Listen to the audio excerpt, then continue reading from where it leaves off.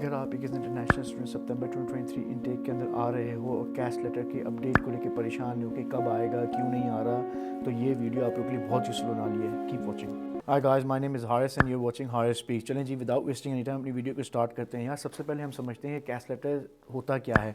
Cast letter stands for certification of acceptance for studies. ठीक है जी, एक सर्टिफिकेट होता है जो यूनिवर्सिटी आपको ऑफर करती है कि आपका पर्टिकुलर कोर्स इस पर्टिकुलर यूनिवर्सिटी में एक्सेप्ट हो गया है। कैश मिलता किस तरह है, उसके अलग स्टेप्स और क्राइटेरिया है, लेकिन आप ये अंडरस्टैंड करो कि अगर आपको किसी ने कैश दे दिया ना किसी यूनिवर्सिटी में, इसका ये मतलब नहीं आपका वीज़ा भी लग गया।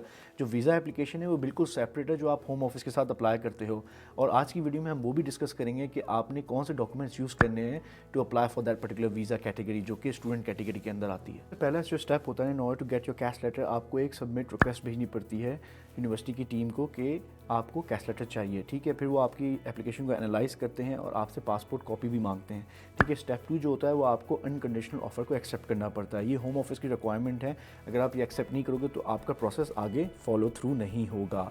ठीक है, अब इस प्रोसेस में क्या होता है, वो आपकी एकेडमिक क्वालिफिकेशन चेक करती है, जो एडमिशन टीम होती है यूनिवर्सिटी की, in order to make sure कि आप एक जेन्युइन स्टूडेंट हो, आपकी क्वालिफिकेशन जो प्रायर है वो रेलेवेंट है towards the course which you have selected, और ये सारे वो प्री रिक्विजिट्स और प्रोटोकॉल फॉलो करते हैं। स्टेप 3 जो बेसिकली होता है वो आपको डिपॉजिट फ़ी पे करनी होती है। जो भी आपकी ओवरऑल कोर्स फ़ी होगी उसमें से जो आपने इनिशियल डिपॉजिट देना होगा वो आप देते हो, और फिर जो आपकी रिमेनिंग फ़ी होती है उसमें से जो इनिशियल डिपॉजिट होता है वो माइनस हो जाता है, और फिर वो एंड वाले जो सम होता है आउटस्टैंडिंग अमाउंट वो रह जाता है, जो आपको फाइनेंशियल रिक्वायरमेंट्स में दिखाना होता है। वो हम आगे डिस्कस करते हैं। स्टेप 4 जो होता है ना, बेसिकली वो ये होता है कि यूनिवर्सिटी की टीम असेस करती है आपकी एप्लीकेशन को कि सारी चीज़ें अप टू डेट हैं, सारी चीज़ें ऑन द मार्क हैं in order to get you on the course.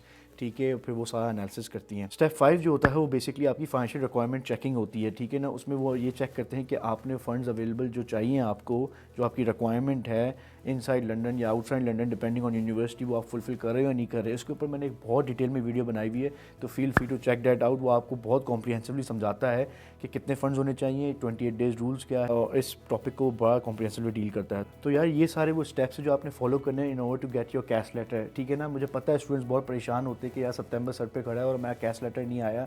यार आप ये बात अंडरस्टैंड करो, यूनिवर्सिटी को भी अपना एक ड्यू प्रोसेस फॉलो करना है, वो सारे स्टेप्स फॉलो करते हैं तभी आपको कैश लेटर इशू कर सकते हैं। ठीक है, अब बात करते हैं सितंबर 2023 इनटेक की कैश लेटर की अपडेट की। देखिए यहाँ कैश लेटर्स इशू होना शुरू हो गए हैं आफ्टर ईस्टर ब्रेक। बहुत सारी यूनिवर्सिटीज़ ने ऑलरेडी देना शुरू कर दिए हैं, और मेरी एंटिसिपेशन या प्रेडिक्शन ये है कि बाय एंड ऑफ मई या अर्ली जून तक सबको कैश लेटर इशू हो जाएंगे। तो आप इतना टेंशन मत लो, आप बस ये फोकस करो कि आपने अपनी क्राइटेरिया और अपनी कंडीशन सारी फुलफिल कर ली हैं, जो मैंने पहले पीछे बताई, सारे स्टेप्स फॉलो कर लिए, तो आपको लेटर आ जाएगा।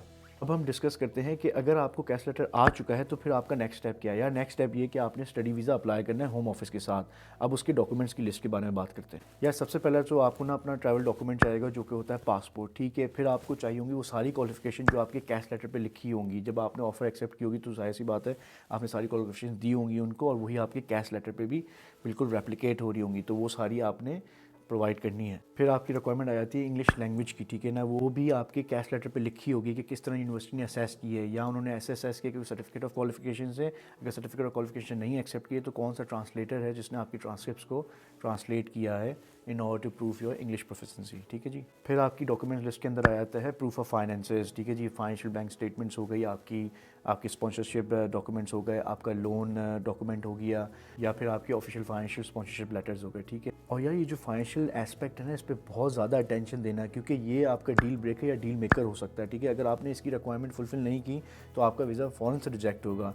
देखो यार, अंडरस्टैंड करो, ये भी यूनिवर्सिटीज़ पैसे कमाने बैठी हैं। It's all about commercialization at this day and age. ठीक है ना, तो आपको मेक श्योर करना है कि आप ये फाइनेंशियल रिक्वायरमेंट पूरी तरह फुलफिल करो in order to avoid rejection. And again, जैसे मैंने पहले कहा, आप इस पर मेरी एक डिटेल में वीडियो देख सकते हो, जो आपको बहुत प्रॉपर्ली गाइडलाइन प्रोवाइड करती है कि किस तरह आपने मेंटेन करनी है अपनी फाइनेंशियल रिक्वायरमेंट। अपने कंसल्टेंट में मत छोड़ो, खुद करो। अब लेटर फ्रॉम पेरेंट या फिर गार्डियन, बेसिकली होता क्या है, ज़्यादातर स्टूडेंट्स के अकाउंट में तो पैसे होते नहीं हैं। मोस्टली केसेस में उनके पेरेंट्स के या गार्डियन के अकाउंट में होते हैं, तो आपको एक एफिडेविट चाहिए होता है from your home country to say कि हाँ, ये फ़ंड जो मैंने रखे हुए इस अकाउंट में, ये मेरे बच्चे या मेरे इस डिपेंडेंट के लिए यूज़ होंगे फॉर दिस कोर्स एजुकेशन। ठीक है, अगर आप अंडर 18 हो तो आपके गार्डियन या पेरेंट को एक और कंसर्न देना पड़ता है कि या you are willing to support and you are willing to provide that sort of assurance कि सब सही होगा आगे। फिर नेक्स्ट डॉक्यूमेंट आपका पास आ जाता है टीबी सर्टिफिकेट। या ये टीबी सर्टिफिकेट में ना बहुत ज़्यादा टाइम लग जाता है, कभी कभार 5 वीक्स 4 वीक्स की भी आपके पास विंडो टाइम होता है। तो मेरी एडवाइस आपको ये होगी, जैसे ही आपको कैश लेटर आया है फ़ौरन से ठक करके आपने टीबी अपॉइंटमेंट बुक करानी है, जस्ट टू मेक श्योर कि कोई आपके डिलेज ना हो। Proof of your relationship with your parent और गार्डियन, या जब आपके पेरेंट्स के अकाउंट के अंदर पैसे सेव होते हैं ना, तो आपको एक प्रूफ करना पड़ता है थ्रू बर्थ सर्टिफिकेट या फिर अडॉप्शन सर्टिफिकेट कि आपका रिलेशनशिप क्या है आपके पेरेंट्स या गार्डियन के साथ। आपको कुछ सिचुएशंस में ये भी चाहिए हो सकता है letter of sponsorship from government, ठीक है ना। कभी कभार गवर्नमेंट भी आपको स्पॉन्सर करती हैं कि आप स्टूडेंट वीज़ा एप्लीकेशन अप्लाई कर दो, हम आपको स्पॉन्सर करेंगे और फिर आप बाद में आके हमारी कंट्री को सर्व करना। अगर ऐसा कुछ है तो आपको एक गवर्नमेंट का ऑफिशियल लेटर चाहिए होगा ऑफ स्पॉन्सरशिप।